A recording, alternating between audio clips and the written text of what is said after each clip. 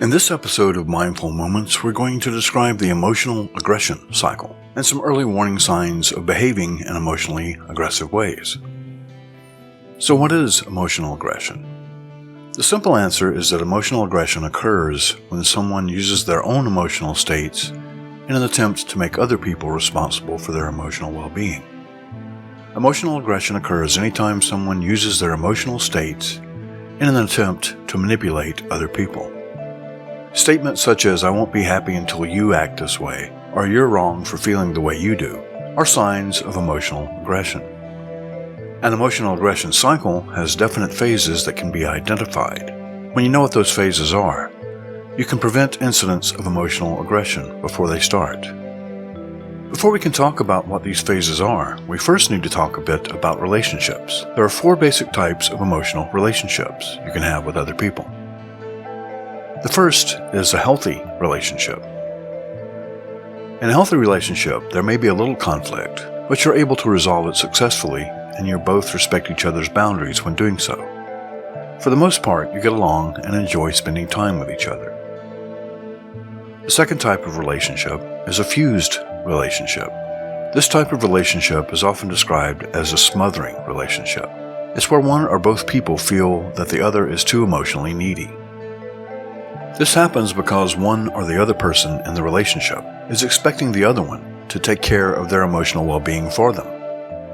In other words, they're expecting the other to be responsible for their happiness. The third type of relationship is one with high conflict. In this relationship, conversations almost always lead to arguments and disagreements, and nothing ever gets resolved because you aren't hearing each other. The fourth and final type of emotional relationship is the emotional cutoff. In this relationship, every time you start trying to talk about emotional issues, the other person shuts down, or you shut down, or you both shut down. This type of relationship eventually leads to emotional numbness and apathy. Think about the emotional language you use to communicate with your family members or other loved ones. Is there a particular type of relationship that seems to dominate your conversations? Which of these patterns seems to translate to your own emotional language? That is, which patterns of interaction with family members seem to be your preferred way of interacting with others? These relationships create our predominant emotional language. Which of these seems to be the way you communicate the most with your family, with your friends, with your coworkers or acquaintances? We may use different styles with different people since we tend to have different relationships with different types of people. Are any of your emotional relationships leading you to behave in emotionally aggressive ways? Remember that emotional aggression means using your own emotional states as a way of manipulating others or trying to get them to be responsible for your own moods. Does one type of relationship seem to dominate with the ones who live with you? If you live alone, does one type of relationship seem to dominate with the family members you interact with the most? If so, that is your preferred method of interacting with loved ones. In most relationships where emotional aggression is present, there's usually one person who's a pursuer and the other who's the avoider. The pursuer usually wants more emotional interaction, while the avoider wants less emotional interaction. In emotionally secure relationships, there's a healthy balance between pursuit and avoidance. This means that in a healthy relationship, both people feel comfortable with their patterns of interaction concerning emotional issues. When emotional aggression occurs, it's usually because one person has withdrawn and the other person is demanding interaction. When this happens, the more the pursuing partner demands emotional interaction, the more the other partner withdraws. Eventually, this pattern of pursuit and avoidance results in one or both persons being emotionally fused or emotionally cut off. The harder the pursuer tries to engage, the more the avoider withdraws. When this happens, emotional aggression is often the result because neither partner is meeting the emotional needs of the other. The way out of this situation is to establish healthy boundaries and eliminate the need for emotional aggression. This is done by changing the ways you communicate with each other about emotional needs. Both partners learn to be responsible for their own emotional needs in such a relationship. Of all of the types of interaction listed previously, the fused relationship and the emotional cutoff mark opposite ends of the spectrum of emotional language. that can be graphed as you see on the screen. In the fused relationship, one or both partners are demanding more emotional interaction. In the emotional cutoff, one or both partners are demanding little or no interaction at all. When a balance is found between a fused relationship and a relationship that is emotionally cut off, there's a relationship with little or no conflict. The remaining types of relationship we listed earlier can fit anywhere on this spectrum. Two partners can have a little conflict when trying to move from a fused relationship to a relationship with no conflict. Or two partners can also have a little conflict when trying to move from an emotional cutoff to a relationship with no conflict. Two partners can also have a lot of conflict when trying to move from a fused relationship to a relationship with no conflict, or when trying to move from an emotional cutoff to a relationship with no conflict. And of course, two partners can also have a lot of conflict when trying to move from a fused relationship to a relationship with no conflict, or when trying to move from an emotional cutoff to a relationship with no conflict. In extreme cases, there is emotional, physical, or sexual abuse when attempting to strike a balance between these two extremes. The types of relationship may be graphed on the cycle. Although the cycle is not always present, it is common enough to be the predominant form of interaction when emotional aggression occurs. The steps of the cycle are as follows. 1 is a relationship with no conflict. In this phase of the cycle, both partners are getting along, and there's no difficulty in communicating about emotional issues. Phase 2 is a relationship with conflict.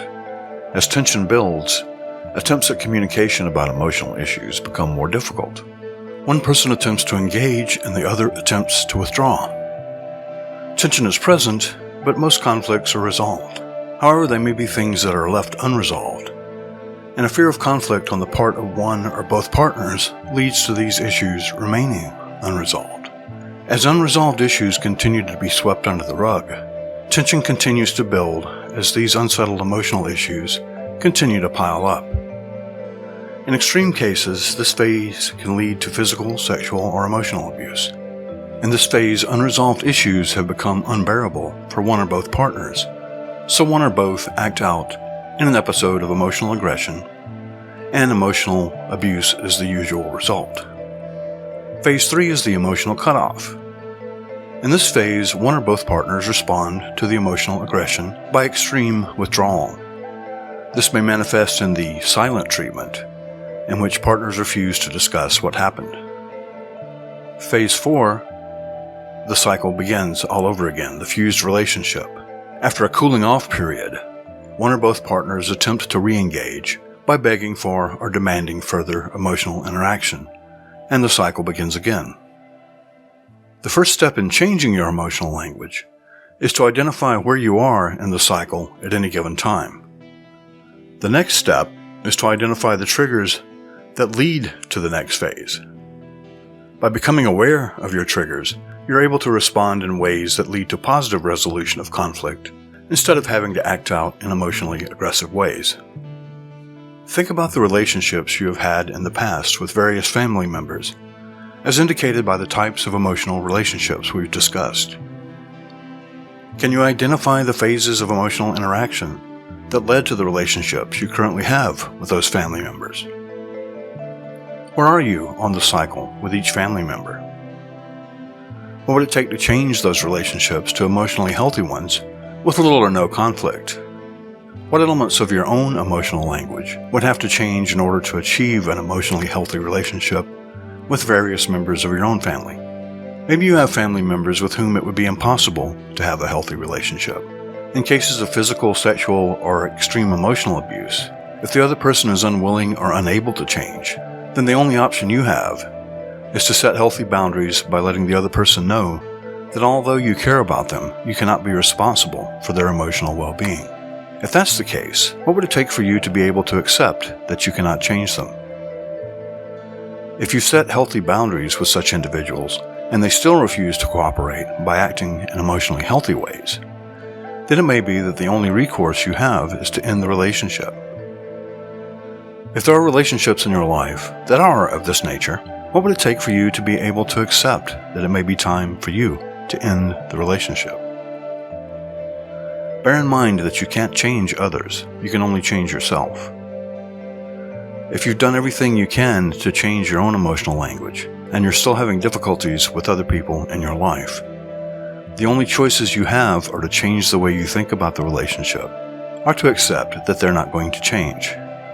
If they're not going to change and you've done everything you can to change the way you interact with them, then the only other option is to end the relationship until they choose to interact with you in emotionally healthy ways.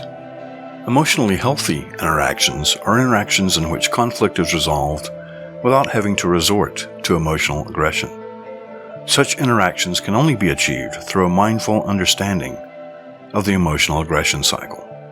That's it for this video. Next time we'll be talking about how your assumptions affect your perceptions and how your perceptions create your reality.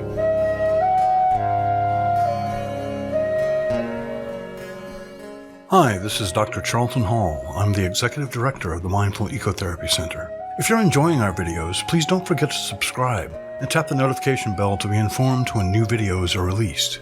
You can also learn more about the work of the Mindful Ecotherapy Center by visiting our website at mindfulecotherapy.org.